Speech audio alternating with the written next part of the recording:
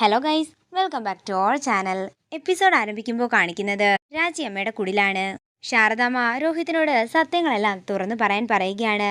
രോഹിത്തിന് ചുറ്റും ഇപ്പോൾ ശത്രുക്കളാണെന്നും എങ്ങനെയെങ്കിലും രോഹിത്തിനെ വകവരുത്താൻ നോക്കുന്നവരുടെ അടുത്തേക്കാണ് നീ പോകാനിപ്പോൾ നോക്കിയതെന്നുമൊക്കെ ശാരദാമ്മ പറയുമ്പോൾ ഇതൊക്കെ കേട്ട് ഒരു ഞെട്ടലോടെ നിൽക്കുകയാണ് രോഹിത്. തുടർന്ന് സത്യങ്ങളൊക്കെ രോഹിത് ശാരദാമ്മയോട് തുറന്നു പറയുമ്പോൾ ഒരു ഞെട്ടലോടെ നിൽക്കുകയാണ് ശാരദാമ്മ. തുടർന്ന് ശാരദാമ്മ ഈ കാര്യം രാജിയമ്മയോടും പറയുന്നു. ആ വിജയൻ എൻ്റെ അടുത്ത് വന്ന് നിന്റെ ഫോട്ടോ കാണിച്ച് കാര്യങ്ങളൊക്കെ ചോദിച്ചതാ.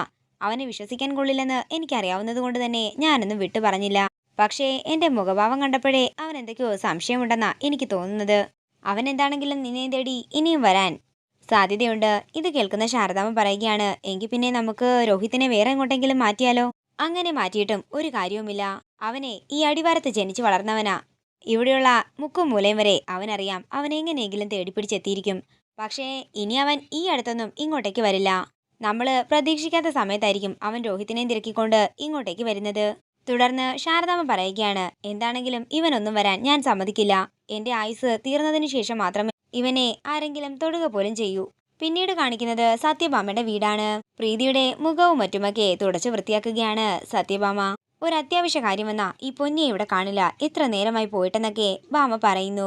അതേസമയം അങ്ങോട്ടേക്ക് രാഘവൻ നായർ വരികയാണ്. അവരിതുവരെ വന്നില്ലേ എന്ന് ചോദിക്കുമ്പോൾ ഇല്ലെന്ന് ഭാമ പറയുന്നു.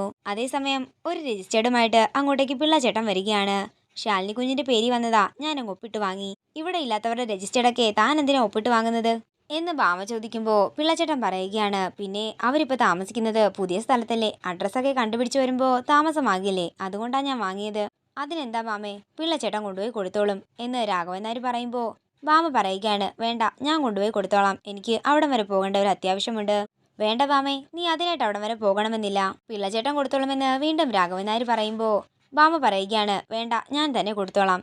എൻ്റെ ഭാമേ, നിനക്ക് പാർക്കുട്ടിയെ കാണണമെങ്കിൽ നിനക്കത് പറഞ്ഞാൽ പോരെ, നീ എന്തിനാ ചുമ്മാ ഇല്ലാത്ത കാര്യങ്ങളൊക്കെ പറയുന്നത്? അത് പിന്നെ അങ്ങനൊന്നുമില്ല, എനിക്ക് എന്താണെങ്കിലും അവിടെ വരെ ഒന്ന് പോകണം, അതുകൊണ്ട് ഞാൻ കൊണ്ടുപോയി കൊടുത്തോളാം എന്ന് പറഞ്ഞ് സത്യഭാമ ആ രജിസ്റ്റേർഡ് തന്റെ കയ്യിലേക്ക് വാങ്ങുകയാണ്. പിന്നീട് കാണിക്കുന്നത് പാറക്കുട്ടിയെ കാണാനായിട്ട് സന്തോഷത്തോടെ സത്യഭാമ അങ്ങോട്ടേക്ക് ചെല്ലുന്നതാണ്. അതേസമയം വിഷ്ണുവിന്റെ വീടിന്റെ ഉള്ളിൽ നിന്നും പുക വരുന്നത് കണ്ട് പേടിയോടെ ഭാമ അങ്ങോട്ടേക്ക് ഓടി ചെല്ലുകയാണ്. ഇനി അകത്ത് തീ പിടിച്ചോ, ഇവരാരും ഇവിടെ ഇല്ലേ എന്ന് പറഞ്ഞുകൊണ്ട് ഭാമ അകത്തേക്ക് ചെന്ന് വിഷ്ണുവിനെയും ശാലിനിയെയും മാറി മാറി വിളിക്കുകയാണ്. അപ്പോഴാണ് കുന്തിരിക്കാൻ പുകച്ചുകൊണ്ട് അങ്ങോട്ടേക്ക് ശാലിനി വരുന്നത്. എന്താ ഈ ചെയ്യുന്നത് എന്ന് ഭാമ ചോദിക്കുമ്പോൾ കുന്തിരിക്കാൻ പുകയ്ക്കുകയാണെന്നും മനസ്സിനും മനുഷ്യനും ഒക്കെ തന്നെ നല്ലതാണെന്നും ശാലിനി പറയുന്നു. ഇത് കേൾക്കുന്ന ഭാമയ്ക്ക് ശാലിനി ആദ്യമായി കല്യാണം കഴിഞ്ഞു വന്ന സമയത്ത് വീടിന്റെ ഉള്ളിൽ കുന്തിരിക്കാൻ പുകച്ചതും അന്ന് സുസ്മിത ഉണ്ടാക്കിയ പ്രശ്നങ്ങളുമൊക്കെ ഓർമ്മ വരികയാണ്. നീ പകരം വീട്ടുകയാണോ എന്ന് ചോദിക്കുമ്പോൾ അങ്ങനെ ഒന്നുമില്ലെന്നും ഞാനിതിവിടെ ചെയ്യാറുള്ളതാ, അത് ചെയ്തെന്ന് മാത്രമെന്നും ശാലിനി പറയുന്നു.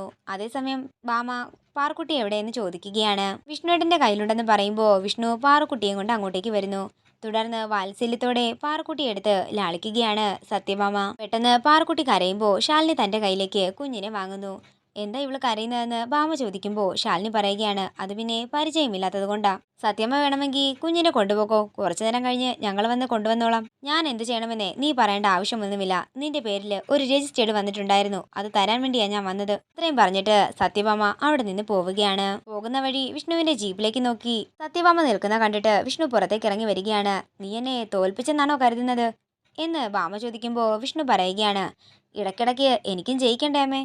അങ്ങനെ സത്യഭാമ അവിടെ നിന്ന് പോകുമ്പോൾ നീ ആ രജിസ്റ്റേർഡ് തുറന്നു വായിക്കുകയാണ്. എന്താടോ, എന്തുവാ തനിക്ക് പോസ്റ്റ് വന്നതെന്ന് വിഷ്ണു ചോദിക്കുമ്പോൾ അത് സിവിൽ സർവീസിന്റെ ആണെന്ന് ശാലിനി പറയുകയാണ്. എന്താണെങ്കിലും അമ്മയുടെ കയ്യിൽ നിന്ന് തന്നെ തനിക്കത് കിട്ടിയല്ലോ, നന്നായി എന്ന് വിഷ്ണു പറയുമ്പോൾ ചിരിച്ചുകൊണ്ട് നിൽക്കുകയാണ് ശാലിനിയും. പിന്നീട് കാണിക്കുന്നത് സുസ്മിതയാണ്. സരോജവും മറ്റുള്ളവരും ആഹാരം വാങ്ങിക്കാൻ പോയിരിക്കുകയാണ്.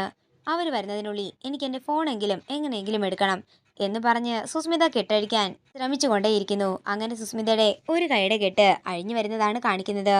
ഇത് കാണുന്ന സുസ്മിത സന്തോഷത്തോടെ തന്റെ ഫോണിലേക്ക് നോക്കുകയാണ്. കൂടി ഇന്നത്തെ എപ്പിസോഡ് ഇവിടെ തീരുകയാണ്. വീഡിയോ ഇഷ്ടമായെങ്കിൽ മറക്കാതെ ലൈക്ക് ചെയ്യുക, ഷെയർ ചെയ്യുക, കമന്റ് ചെയ്യുക. കൂടുതൽ സീരിയൽ അപ്ഡേറ്റ്സിനായി മറക്കാതെ സബ്സ്ക്രൈബ് ചെയ്യുക നയൻസ് ക്രിയേഷൻസ്.